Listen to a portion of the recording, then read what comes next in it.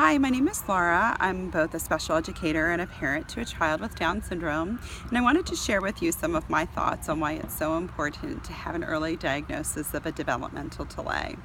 I understand that for some parents it might be pretty hard to think about their child having a delay or having some other concerns, and it can be sometimes really hard to reach out, but it is so incredibly important to lay that foundation the earliest that you can. For us, we had a diagnosis at birth within a few minutes of our son's birth, so I didn't really have that period of time where I thought things were either quote-unquote typical or quote-unquote normal, but I did go through a lot of the same concerns that any other parents have and a lot of the emotions, namely fear.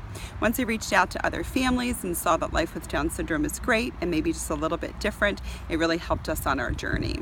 Looking at why it's so important to have an early diagnosis, we really as parents need to lay a really strong foundation for our children.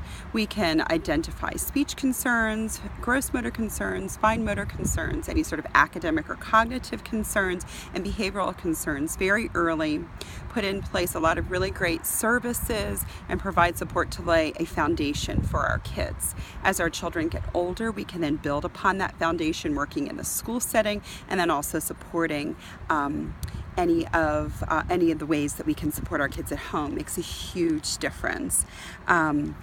I also encourage parents to reach out to other families for support. Oftentimes they might know of a really great program, or they might know of other services or have other ideas that can help you along your journey. But definitely, like anything else, earlier is better to help our kids become the awesome kids they can be.